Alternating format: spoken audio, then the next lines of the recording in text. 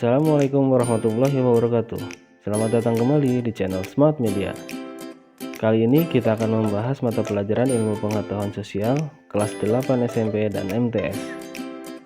Pembahasan kali ini tentang penguatan ekonomi dan agrikultur di Indonesia.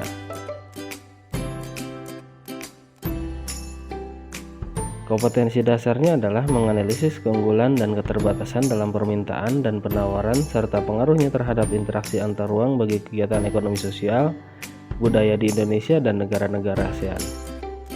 Dengan tujuan pembelajaran, menjelaskan penguatan ekonomi maritim dan agrikultur di Indonesia. Penguatan ekonomi maritim dan agrikultur di Indonesia ada 3. Yang pertama, penguatan ekonomi maritim. Yang kedua, penguatan agrikultur di Indonesia. Yang ketiga, strategi pengembangan agrikultur di Indonesia. Pada video kemarin kita telah membahas tentang perdagangan antar daerah atau pulau dan antar negara.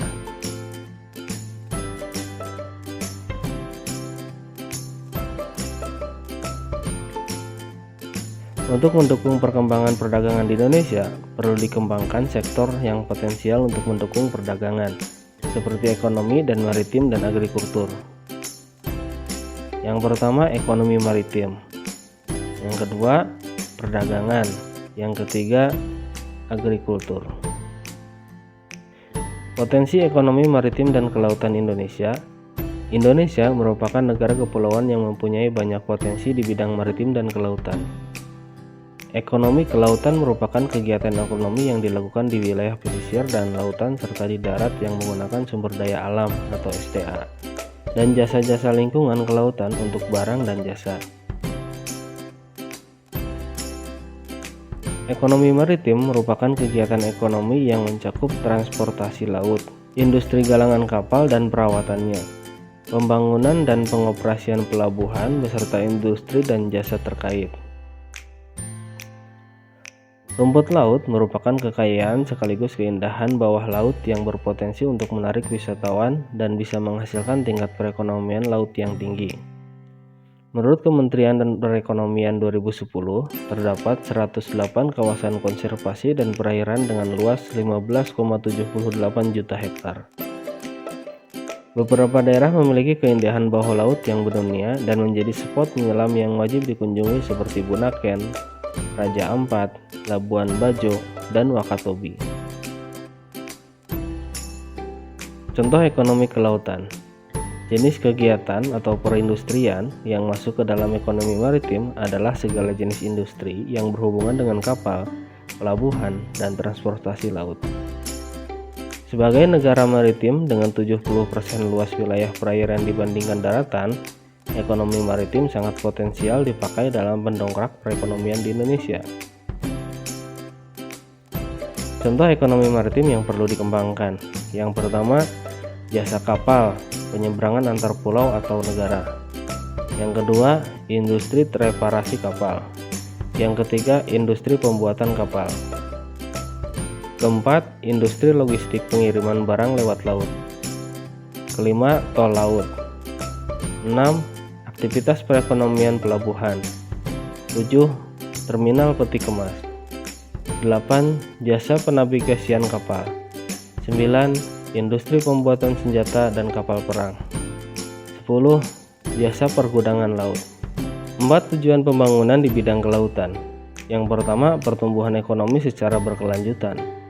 Kedua, peningkatan kesejahteraan seluruh pelaku usaha, khususnya para nelayan, budidaya ikan dan masyarakat kelautan lainnya yang berskala kecil. Ketiga, terpilihnya kelestarian lingkungan dan sumber daya kelautan. 4. Menjadikan laut sebagai pemersatu dan tegaknya kelautan bangsa.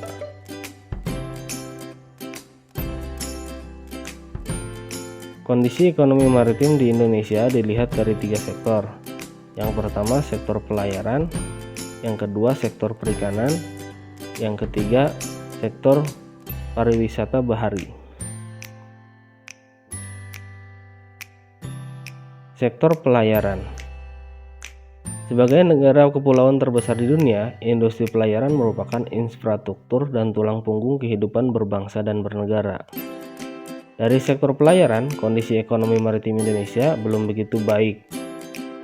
Daya saing pangsa muatan armada kapal nasional masih tergolong rendah. Sektor perikanan. Potensi sektor perikanan Indonesia sangat besar dan sepantasnya Indonesia menjadi negara industri terbesar di Asia. Namun demikian, kontribusi sektor perikanan terhadap pendapatan nasional masih rendah.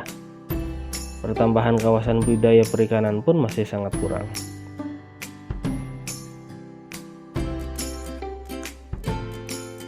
Sektor pariwisata bahari. Pengembangan pariwisata bahari diyakini dapat mempunyai efek berganda yang dapat menyerap tenaga kerja, meningkatkan pendapatan masyarakat, mendatangkan wisatawan yang berasal dari luar negeri atau devisa. Budidaya bahari dapat memberikan efek berganda dan mendorong terwujudnya negara maritim yang tangguh. Namun, saat ini pariwisata bahari belum berkembang dengan baik.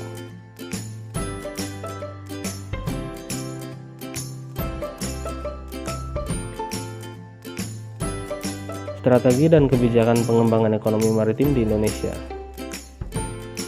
Kebangkitan ekonomi kelautan Indonesia ditandai dengan perubahan paradigma pembangunan nasional. Dari pembangunan berbasis daratan menjadi pembangunan berbasis kelautan. Melalui perubahan basis pembangunan dari basis daratan ke lautan, maka pelabuhan, armada pelayaran transportasi laut akan lebih maju dan efisien. Biaya logistik juga akan lebih murah dan pergerakan barang lebih cepat.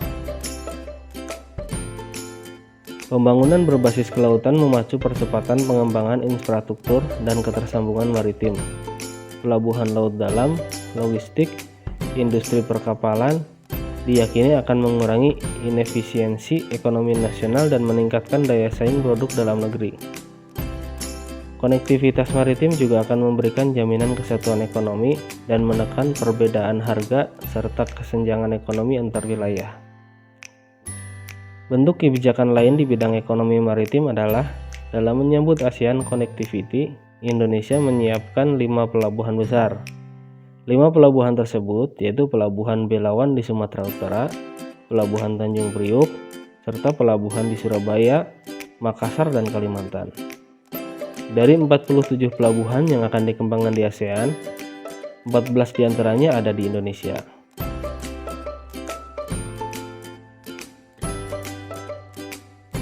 Penguatan agrikultur di Indonesia.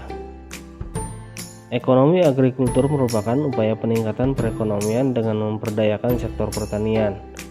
Agrikultur merupakan kegiatan pemanfaatan sumber daya hayati yang dilakukan manusia untuk menghasilkan bahan pangan, bahan baku industri, sumber energi, atau untuk mengelola lingkungan hidupnya. Kegiatan pemanfaatan sumber daya hayati agrikultur dipahami sebagai budidaya tanaman, bercocok tanam, atau pembesaran hewan ternak. Agrikultur dapat pula berupa pemanfaatan mikroorganisme dan neoenzim dalam pengolahan produk lanjutan seperti pembuatan keju dan tempe. Contoh sektor agrikultur. Yang pertama, kehutanan dan perikanan. Yang kedua, tanaman pangan perkebunan. Yang ketiga, peternakan.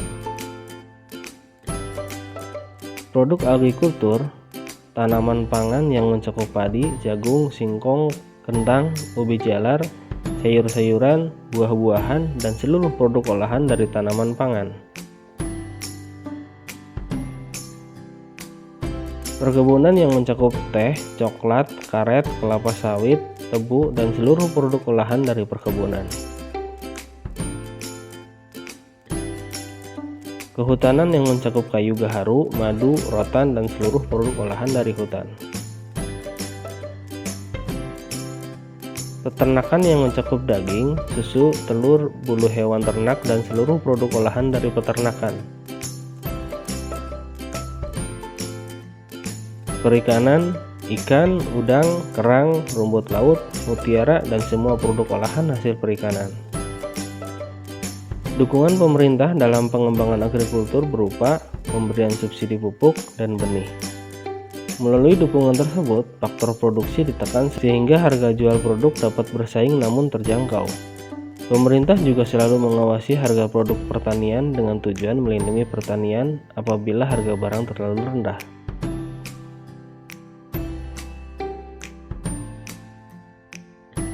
Potensi agrikultur di Indonesia. Indonesia sebagai salah satu negara yang termasuk dalam wilayah tropis memiliki potensi pertanian yang sangat baik. Produk pertanian Indonesia yang berpotensi adalah pertanian dalam bentuk buah-buahan dan sayuran, rempah-rempahan, dan bahan bakar nabati atau BBN. Sektor pertanian di Indonesia merupakan kontributor besar dalam pendapatan nasional, penyerapan tenaga kerja, penyediaan pangan, dan penyediaan bahan baku industri. Peran agrikultur di Indonesia. Peran atau agrikultur merupakan sektor primer dalam perekonomian Indonesia. Sektor ini penting untuk menyumbang hampir setengah dari perekonomian. Agrikultur juga berperan sebagai penghasilan devisa negara melalui ekspor.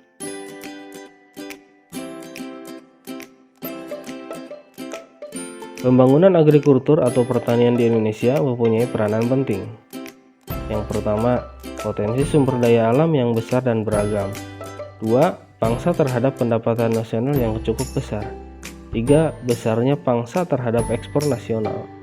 4. Besarnya penduduk Indonesia yang menggantungkan hidupnya pada sektor ini. 5. Perannya dalam penyediaan pangan masyarakat dan menjadi basis pertumbuhan di pedesaan. Strategi lain dalam pengembangan sektor agrikultur. 1. Melakukan pembangunan dan perbaikan berbagai sarana pendukung sektor pertanian. Yang kedua, pembukaan lahan baru sebagai tempat yang dapat membuka lapangan pekerjaan baru. Yang ketiga, peningkatan mutu sumber daya manusia, memberikan konsultasi dalam meningkatkan produktivitas. Yang keempat, mempersiapkan sarana dan prasarana pendukung bagi sektor lain, seperti jalan, pelabuhan, listrik. Hal ini dapat mempermudah distribusi hasil panen serta distribusi faktor produksi. Sekian materi kali ini, tunggu video selanjutnya. Terima kasih telah menonton video ini. Jangan lupa subscribe, like, and comment. Semoga video ini bermanfaat. Wassalamualaikum warahmatullahi wabarakatuh.